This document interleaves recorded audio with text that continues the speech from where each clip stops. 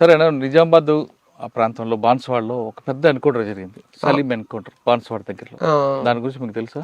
అప్పటికి నేను అది నేను ఉన్నప్పుడు కాదు, అంతకంటే ముందే అది సలీం ఎన్కౌంటరు.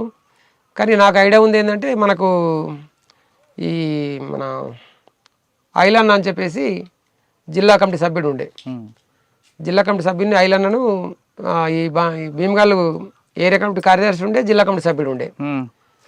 ఆయన ఒకటి రెక్కి కోసము పంపిస్తే ఇక్కడ మన పక్కనే మోర్తాడు మండలము అది ఏరుగట్ల ఆయన బద్దం రాజిరెడ్డి అని చెప్పేసి ముందు నుంచి నమ్మకంగా ఉంటుండే మనకు. ఆయననిచ్చి మనం రెక్కి వేయడం కోసం పంపించినాం. పంపిస్తే తీసుకుపోయి ఇక్కడ మిట్పిల్ల హోండా షోరూమ్ దా వెనక ఉండి పోదామన్నా, నువ్వు ఇక్కడ ఉండు, నేను ఇక్కడికి పోయేస్తా, ఇది వెహికల్ అరేంజ్ చేసుకుని పోదామని చెప్పేసి డైరెక్ట్ పోలీసులను తీసుకొచ్చి పట్టించింది అయితే తెలుసు. ఇక అతిపెద్ద ఎన్కౌంటర్ అంటే మానల్ ఎన్కౌంటర్. మానల్ ఎన్కౌంటర్ ఎక్కడ అప్పుడు? మానల్ ఎన్కౌంటర్ నేను బయటకు వచ్చిన. బయటకు వచ్చారు. ఆ ఎన్కౌంటర్ గురించి చెప్పండి. మానల్ ఎన్కౌంటర్ వాస్తవంగా చర్చలు అయిపోయిన తర్వాత రాష్ట్రంలో అతిపెద్ద ఎన్కౌంటర్ ఏదైనా జరిగింది ఉంది అంటే మానల్ ఎన్కౌంటర్. అవును. అంటే మానల్ ఎన్కౌంటర్కి ముందు మాకు ఒకటి ఇక్కడ పొద్దుంతా 3 సార్లు ఎన్కౌంటర్ అయింది. లేకపోతే నేను కూడా దానిలో ఉండేవాడిని కావచ్చు. నేను వాస్తవంగా 2003లో వచ్చినప్పటికీ చర్చల పీరియడ్ టైంలో అప్పుడు నేను మళ్ళీ పోయినా. అవునా? రెండోసారి పోయినా. నాకు ఇక్కడ ఉన్న ఒత్తిళ్ళు ఇబ్బందులతోటి ఇక లోపల బాగుంటుంది అదే అట్లా అనుకొని రెండోసారి చర్చల పీరియడ్ పోయినా కానీ సివిల్ డ్రెస్సే ఉండే నా దగ్గర. ఒకప్పుడు SLR ఉండే కానీ తర్వాత 302 ఇచ్చారు. 302 రైఫిల్ ఇచ్చారు. 303 రైఫిల్ ఇచ్చిన తర్వాత 303 రైఫిల్ పట్టుకొని సివిల్ డ్రెస్ లో ఉన్నా నేను. ఆ చర్చల పీరియడ్ ముగిసి చర్చ ఇక వాళ్ళందరూ ముగ్గురు ఎవరైతే ఆర్కే, సుధాకర్, ఈ గణేష్ అన్న వీళ్ళు ముగ్గురు చర్చలకైన వాళ్ళు రిటర్న్ మర్రి వచ్చిన తర్వాత మళ్ళీ నిర్బంధం అనేది అంటే అప్రకటిత యుద్ధం ప్రకటించలే. మళ్ళీ మీ మీద నిర్బంధం పెడతాము లేకపోతే అణిచివేస్తాము ఇట్లా అని ప్రకటించలే. విధానపరమైన నిర్ణయం కాకుండా నిర్బంధం అనేది ఉంది. మేము దాన్ని అంత సీరియస్గా ఇట్లా అవుతుందని మేము కూడా అనుకోలేము. ఇక్కడ కొరట్ల మండలం దగ్గర నాగులపేట అవతల ఇంకోటి తక్కలపల్లి ఉంటుంది. తక్కలపల్లి కూడా ఒక మామిడి తోటలు ఉన్నాం. ప్లేన్ ఏరియా, జంగల్ లేదు.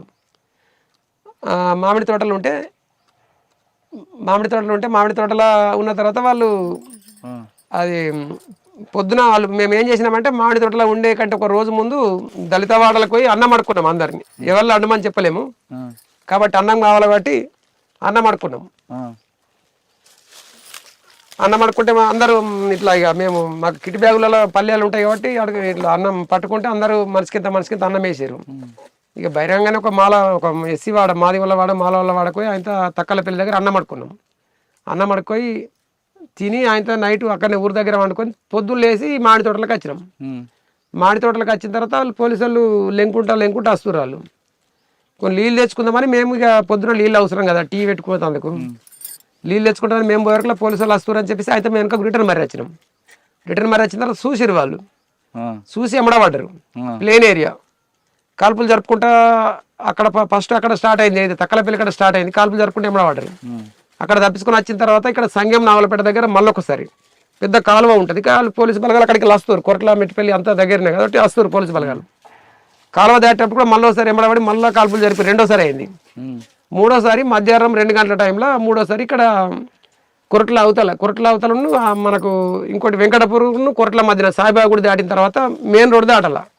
పోలీసులు అక్కడికి వెళ్ళి ధర్మకుంటూ వస్తారు మమ్మల్ని పొద్దంతా. ఇక్కడికి వెళ్ళి మళ్ళీ వెహికల్ ఫోర్స్ దిగుతుంది. మేము ఆ రోడ్డు దాటి నేను పైలట్ టీంలో ఉన్నాం. ముగ్గురం పైలట్ టీం రోడ్ దాటాము. మిగతా రమేష్ అన్న వాళ్ళందరూ అటున్నారు. మధ్యలో పోలీస్ జీప్ వచ్చి ఆగింది. ముగ్గురం అయిన తర్వాత నేను ఇంకొక పద్మక్క అని చెప్పేసి ఆమె ఆ రోజు చనిపోయింది అక్కడ. నాతో పాటు ఇంకొక ఆయన పేరు ఐడియా లేదు. ఆయనకు మేమిద్దరము ముందటికి వెళ్ళిపోయినాం. ఆ పద్మక్క అప్పటికి ఉరికి దమ్ముకొచ్చి సిరుకు తోటలో వచ్చింది. సిరుకు తోటలో వచ్చిన తర్వాత ఆమెను పోలీసులు ఎమ్మడబడి ఆయన ఆమెను దొరకబట్టి ఆమెను కొట్టేసారు. వాళ్ళు రమేష్ అన్న వాళ్ళు కాల్పులు జరిపిన వాళ్ళు 2 పోలీసులకు గాయాలైనాయి. మా ఇద్దరు ఎమ్మడ పోలీసులు పడరు. ఇటు మేము మధ్యన వచ్చి మేము దాటినాం కాబట్టి మామిడి తోట వైపు ఇటు మా ఎమ్మడబడ్డారు. ఎమ్మడబడ్డ తర్వాత ఇంకొక ఆయన తుపాకీ ఎత్తేసి ఆయన తప్పించుకొని అటు అంకలు తిరుగుకుంటే ఆయన తప్పించుకొని పోయాడు.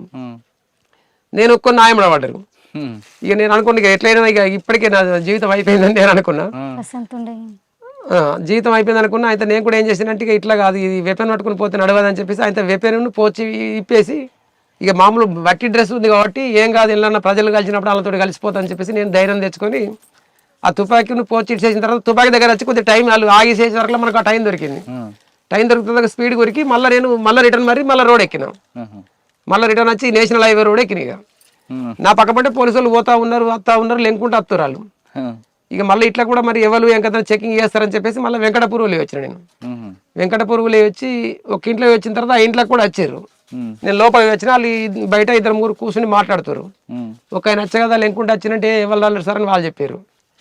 వాళ్ళు ఇళ్ళకే వేరంటే ఆనాడు తీసుకుపోయి చంపేసేది.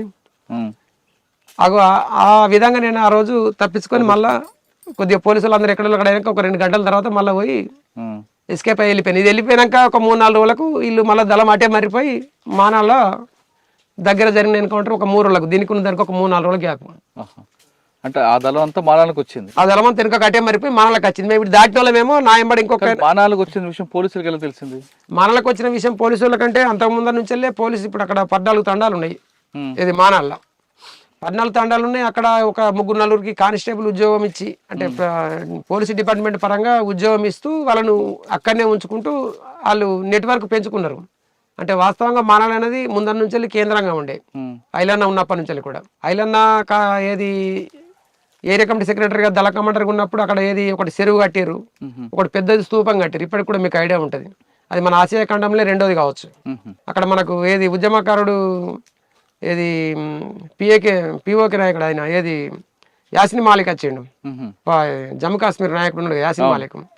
ఆయన వచ్చి ఆయన చేతుల మీదుగా మనం ఇక్కడ మానాల దాన్ని స్తూపం ఓపెనింగ్ చేసినాం. అప్పుడు అక్కడ ఎక్కువ ఉంటుండే. అయితే అక్కడ ఈ ఉన్నదాన్ని బట్టి ఇప్పుడు అక్కడ ఎక్కువ ఏంటంటే ట్రైబల్ కాబట్టి చదువుకున్నారు ట్రైబల్. అప్పటికి సెల్ ఫోన్ వ్యవస్థ కూడా కొంత పెరుగుతుంది. వాకిటాకులు ఇచ్చి ప్రోత్సహించడం అనేది పెరిగింది కాబట్టి అంతకుముందు కూడా మేము ఇప్పుడు ఆజాదార నాయకత్వంలో ఒక 13 మందిని మేము చంపినప్పుడు దాంట్లో కూడా ఉన్నాను నేను.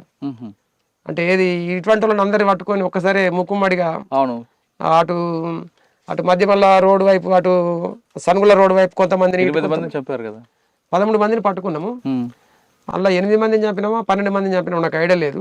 గంగన్న వాళ్ళందరూ ఉన్నారు అప్పుడు. నేనే గంగన్న, ఇంకో గంగన్న కూడా ఉంటాడు. ఇంకో గంగన్న వాజదన్న అప్పుడు కార్యదర్శి మాకు అన్న. అది సరే గాని మానాలి ఎన్కౌంటర్ ముందు భోజనం కోసం సిరిసిల్ల వస్తాయి, వేములవాడ వస్తాయి. అందులో విషం పెట్టో లేదంటే మత్తు మందికి పెట్టి పంపిస్తే అది తిని అన్నలందరూ పడుకున్న టైంలో పోలీసులు కాల్పులు జరిపారని వార్త వచ్చింది. అది వాస్తవం? అయితే నేను దాంట్లో లేను, ప్రత్యక్షంగా లేను. కానీ మనకు తెలిసిన విషయం ఏంటంటే సురేందర్ అని ఒక ఆయన ఇంతకుముందు జనశక్తి పార్టీలో పనిచేసిండు, ఇల్లంతకుంట ఏరియా ఆయన. ఇంకొక ఆమె పద్మక్క బూక్య పద్మ అని చెప్పేసి అడవి 10 లేదా రోడ్డు 10 2 ఉంటాయి 10. ఆమె బూక్య పద్మ అని చెప్పేసి అలా భార్య ఏదో భర్త సమస్య ఉందని చెప్పేసి ఆమె దళం వెంబడి వచ్చింది. దళంకు పరిచయం అయింది, దళ సభ్యులు ఏరింది. ఈ సురేంద్ర అయినా ఎస్పీ బాలసుబ్రహ్మణ్యం ఉన్నప్పుడు జనశక్తి పార్టీలో పనిచేసిండట. జనశక్తి పార్టీలో పనిచేసి ఈ ఎస్పీ బాలసుబ్రహ్మణ్యం ఉన్నప్పుడే ఇన్ఫార్మర్గా మారిండు, ఆయన ద్వారానే వచ్చిండు అనేది మనకు తర్వాత సమాచారం తెలిసిన విషయం. అయితే ఇంతమంది చనిపోతే వాళ్ళిద్దరు ఆ రోజు వంట చేసింది వాళ్ళే. వాళ్ళు ఈ బూక్య పద్మవును ఈ సురేందర్ అని చెప్పేసి ఆ రోజు వంట చేసింది వాళ్ళే. వీళ్ళు చర్చల టైంలో మనకు లీగల్ పీరియడ్ ఉన్న టైంలో వీళ్ళు వచ్చారు. ఆ టైంలో వచ్చారు ఒకటి. ఆ రోజు వంట చేసింది వాళ్ళే కాబట్టి అన్నం అలా వంట చేసిన దానినే మొత్తం మంది కలిపినరు. అది తిన్న తర్వాత అందరూ నిద్రలోకి జారుకున్నారు అనేది మాకున్న రిపోర్టు. అంటే ఎన్ని గంటలకు వచ్చారు అప్పుడు పోలీసులా?